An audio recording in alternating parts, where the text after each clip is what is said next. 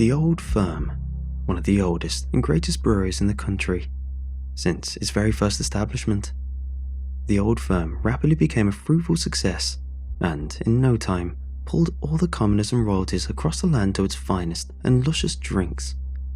Indeed, it was the very foundation of the soon-growing beer industry and invigorated the soul-deep love for beer in the entire country. It would most certainly raise an eyebrow of concern to many if they found an unaccompanied 14-year-old child standing outside the Old Firm, or any brewery for that matter, under the torrent of merciless night rain. However, I had my reasons. I wasn't waiting in the storm for a brew, but rather I was looking up to brew up a grand storm. A storm of unexpected twists and events that I solemnly regret to this day. I glanced at the clock tower a few dozen meters away in an attempt to tell the time. 11:15, the clock read. I let out a wobbled sigh and began slowly pacing up and down the cobbled path, unsure of whether my impatience was because of anticipation or apprehension. 2 days ago, I was offered a job by an emotionally torn man whom was desperate to, quote, get his business back on track. Considering how unfair and grueling life was for my single mother, who had to work 70 to 75 hours a week away from home and go several days without a proper meal just to make me sleep happy and healthy, I accepted it without a moment of hesitation. We both agreed that our rendezvous would be outside the Old Firm on Tuesday night at 10 p.m. Questionable timing for such a crucial appointment, but my zest far outweighed my intuition. I was refraining from telling her about the job offer and wished to give her a pleasant shock with my earnings. After all, humans love unexpected surprises. I assume you are Mr. Hank, yes? A tall, well-dressed, slightly wrinkled man towered beside me, blowing out a warm puff of smoke from his cigarette. He sported a black fedora covering his eyes, a pitch-black shirt and tie, and a long brown coat that extended all the way down to his upper shin. There was a particular energy about him that I can't quite put my finger on. If our meeting earlier didn't occur, I most certainly have yelled at the top of my lungs for help. Yes, Mr. Robinson. Please, there's no need to address me with a formality, I replied, slightly lowering my head. I felt like interrogating him on the reason he arrived so late, but I didn't dare to do so, in fear of losing my job. He chuckled, took my cold, shivering hand, and shook it vigorously. I think I should, Mr. Hank. You're a lifesaver. Please, come inside and we'll talk about what you need to do. He reached into his coat pocket and brandished the key, on which I can swear I saw a few specks of blood on, and led me inside the legendary brewery.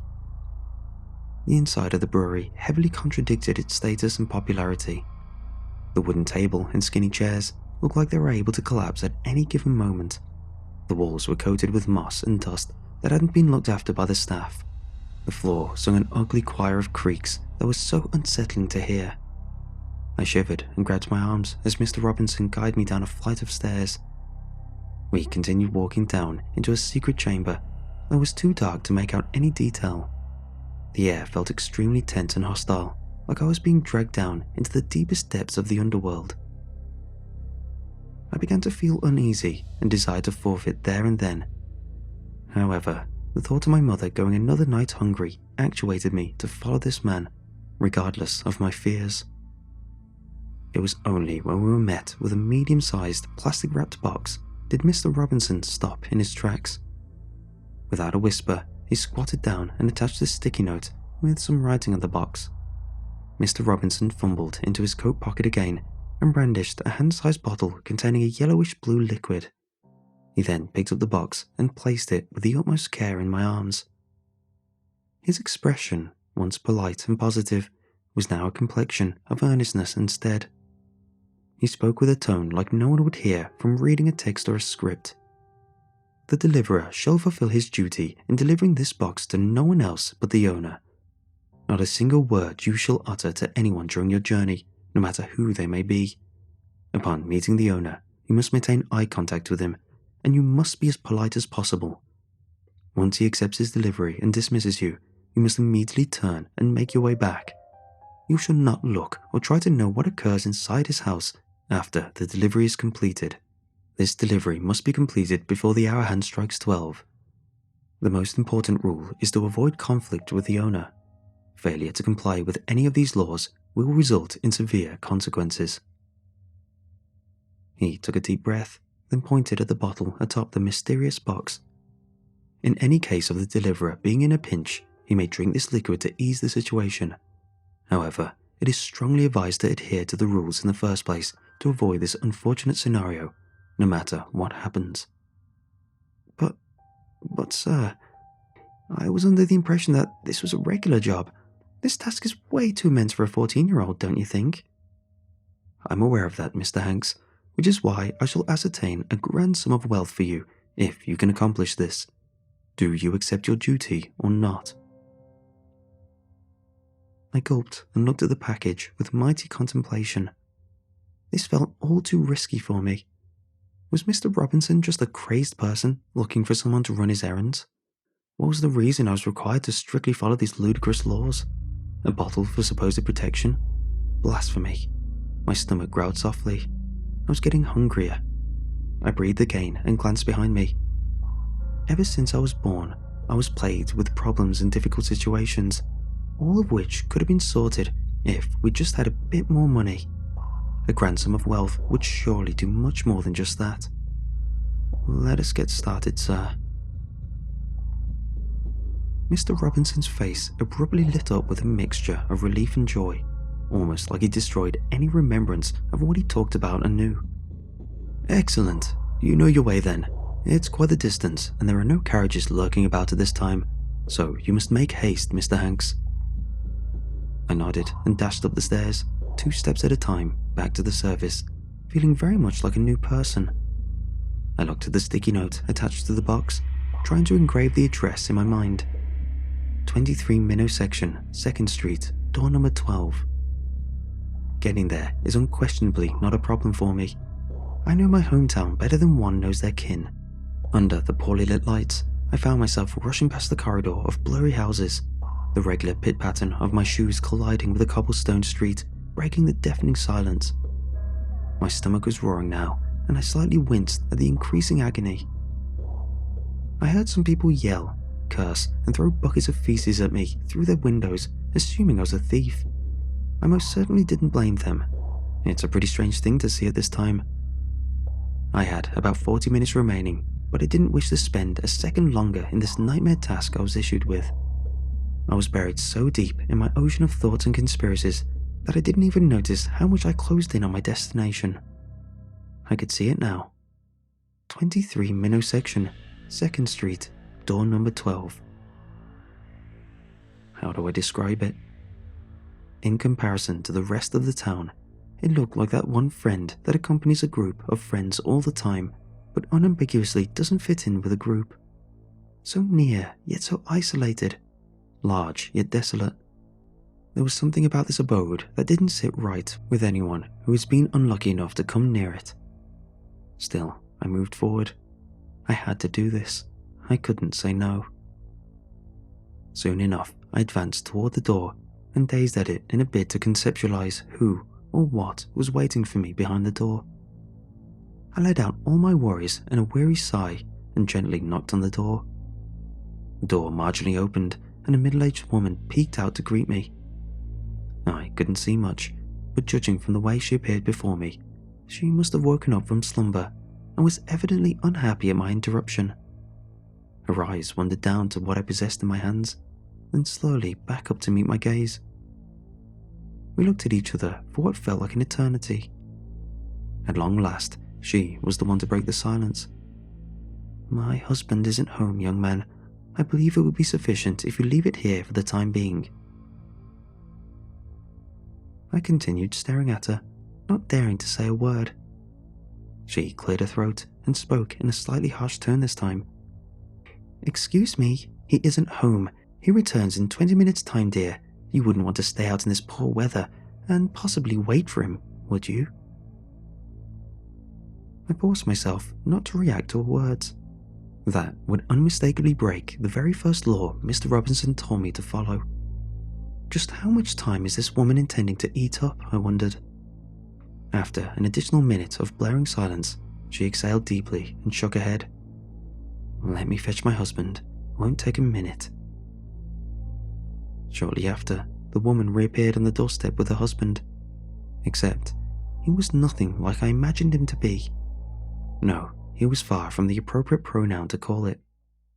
That thing was an absolute monstrosity. It was a behemoth in size and a freak of nature in body proportion.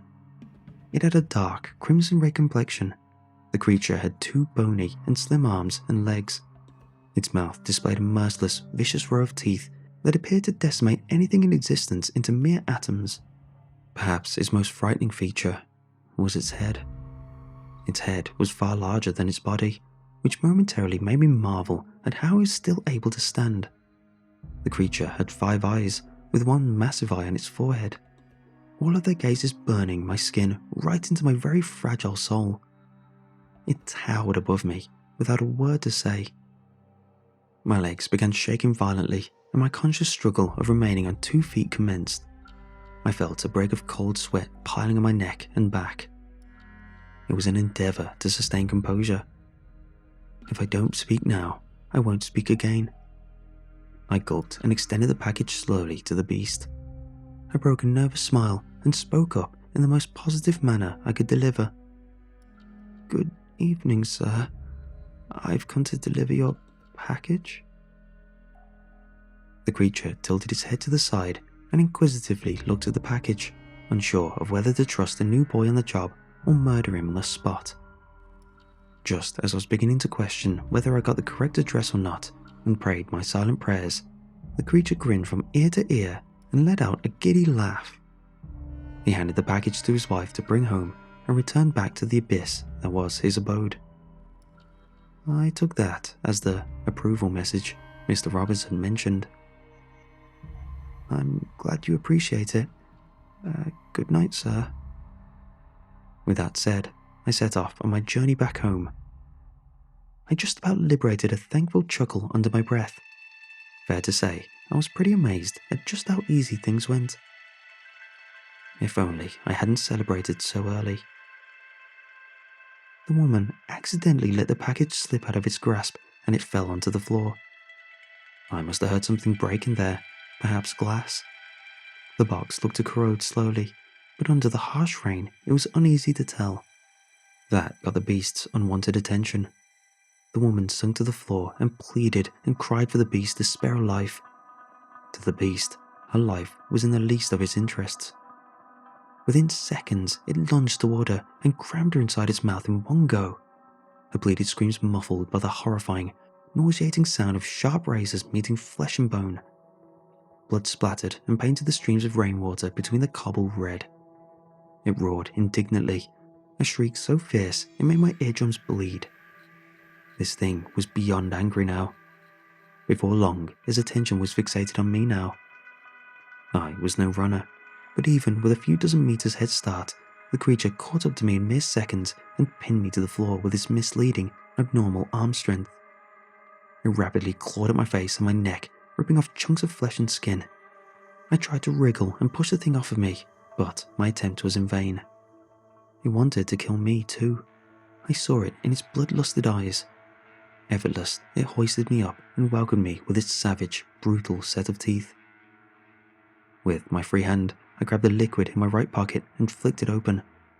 Instead of drinking it, I squirted it in the critter's mouth.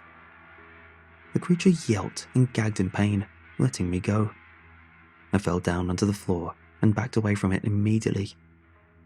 It started screeching and screaming and shrieking whilst trying to choke out what I fed it.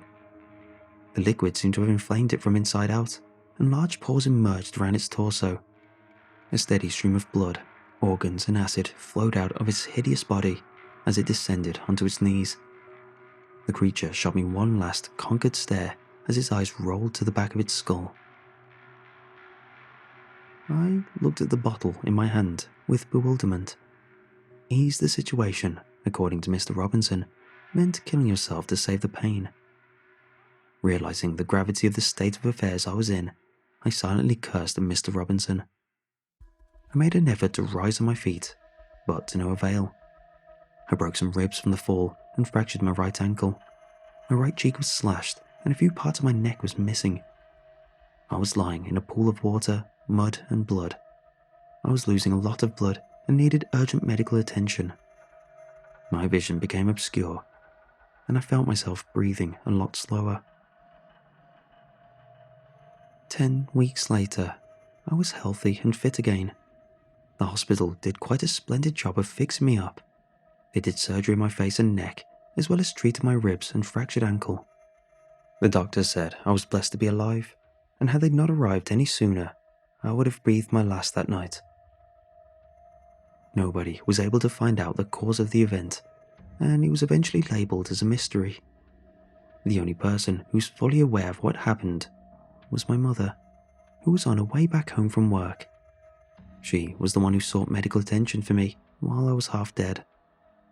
A reprimanding is a little too light to describe her reaction, and she vowed that I won't be allowed to be seen out of her sight. I guess she won't be going anywhere too, as I found a huge lump of cash under my table with a bloodied note beside it. Superb work, Mr. Hanks. Outstanding. Not how I planned things to go, but nonetheless, you delivered just in time. Come meet me at the old firm. I have more packages for you to deliver. This is just the beginning. Yours sincerely, Mr. Robinson.